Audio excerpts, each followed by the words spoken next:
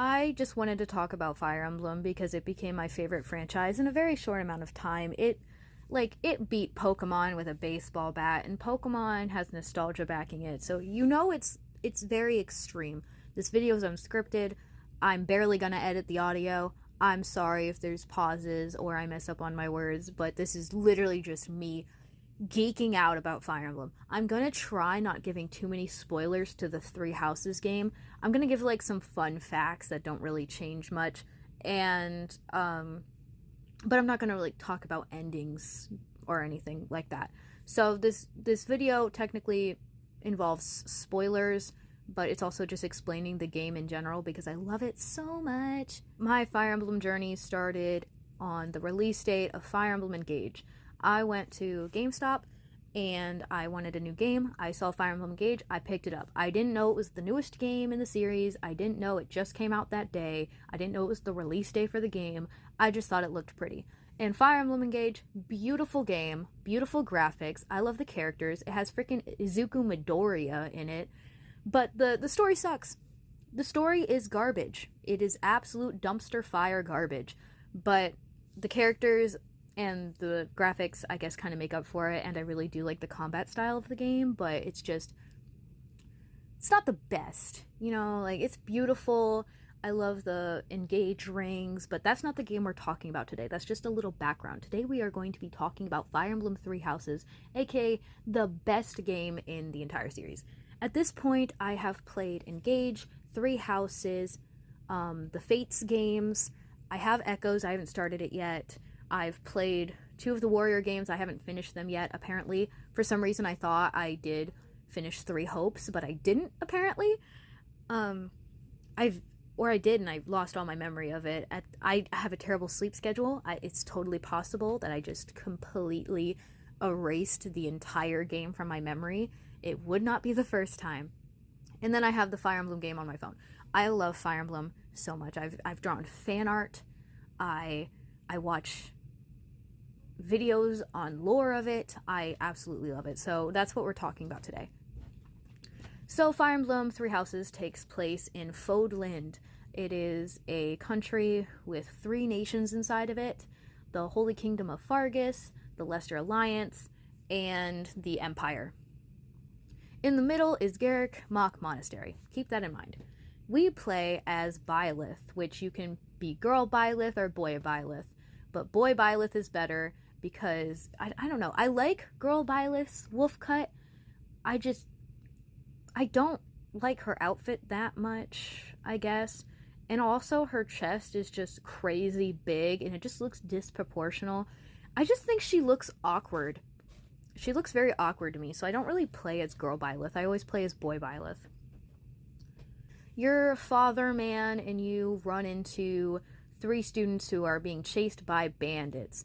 And these 3 students are very important, but we'll get to that later. So after you defeat the bad guys, the big baddies, you learn, oh my gosh, my father man was like a higher up in the Knights of Seiros at Garrick Mach, or for the Church of Seiros or whatever. Wow, that's crazy that he never told me that in the past 21 years. Crazy. So you head back to Garrick Mach Monastery, where your father rejoins the knights, and this woman named Rhea, Lady Rhea, who is the Archbishop of the Church of Seiros, is like, hey, random stranger, I know, like, I just met you, but you're going to become a teacher here. And this isn't just like a random thing. Like, she has her own motives. I hate Lady Rhea. Okay, I think she's manipulative. I don't understand how... Apparently, I'm of the unpopular opinion. Apparently, a lot of people love Lady Rhea. I despise this woman. If I could kill her in every run, I would.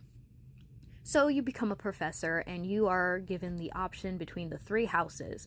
So, remember those students I mentioned earlier? Remember those students I mentioned earlier? Yeah, so let's get into them. First up is Claude. He is going to be the leader of the Lesser Alliance when his grandpa or whatever kicks the bucket.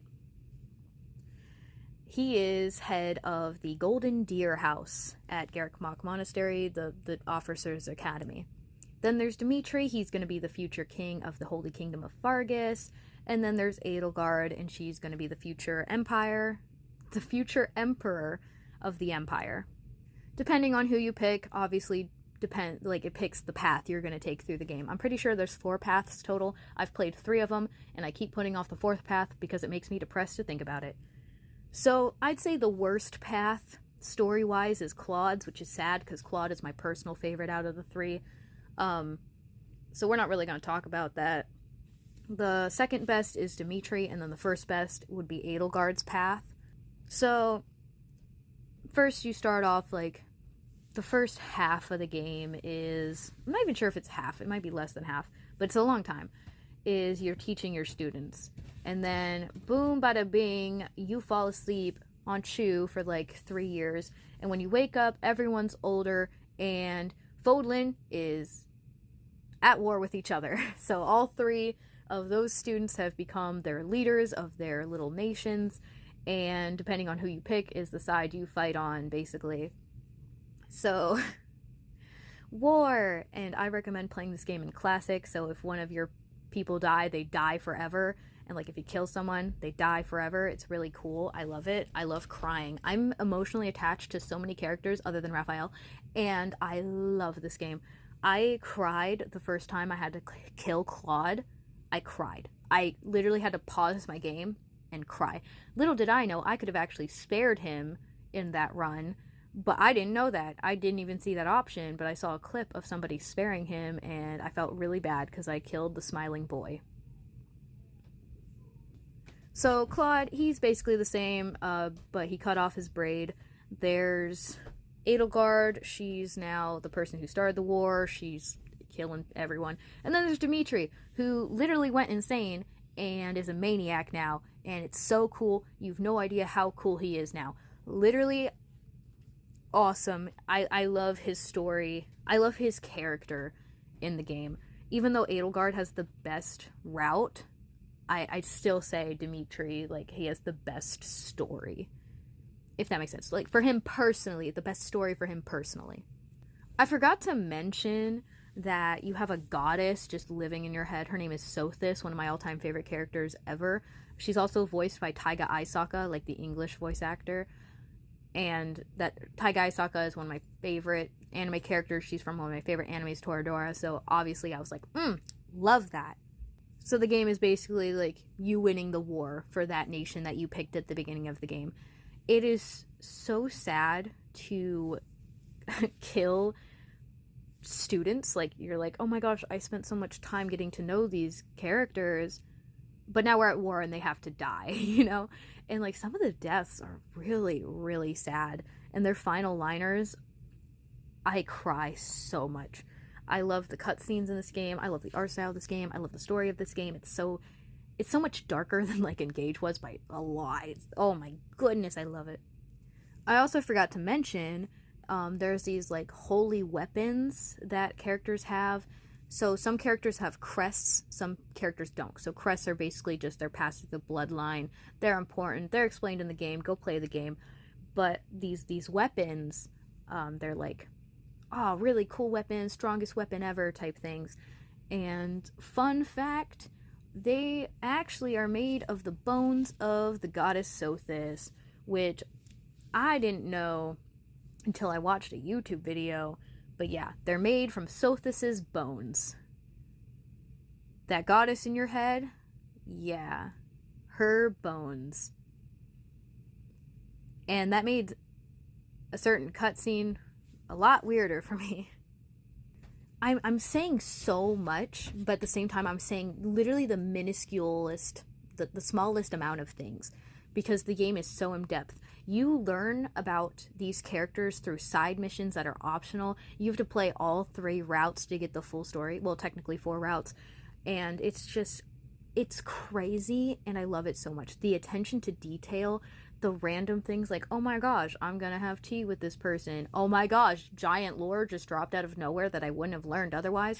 Like, missions actually matter sometimes. Like, most of the time, which is freaking awesome. And then as you're playing all the routes, you start to like memorize the families and the locations and all like the politics and stuff, and it's so in detail, and I love it so much, and I could talk about this game for literally an hour. Maybe I will one day. Maybe I'll do a live stream in like 5 years where I just talk about Fire Emblem Three Houses. By that time, I will have studied everything about this game. Kidding. I'll probably study everything about this game within the next 2 years, but we'll see. Then he walked up to the leader of the village and handed over a big bag of coins. "A gift from the thieves," he said.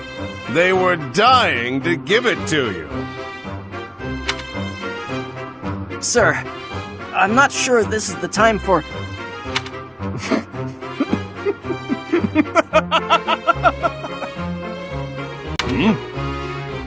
Oh, Alois, how do you come up with those jokes?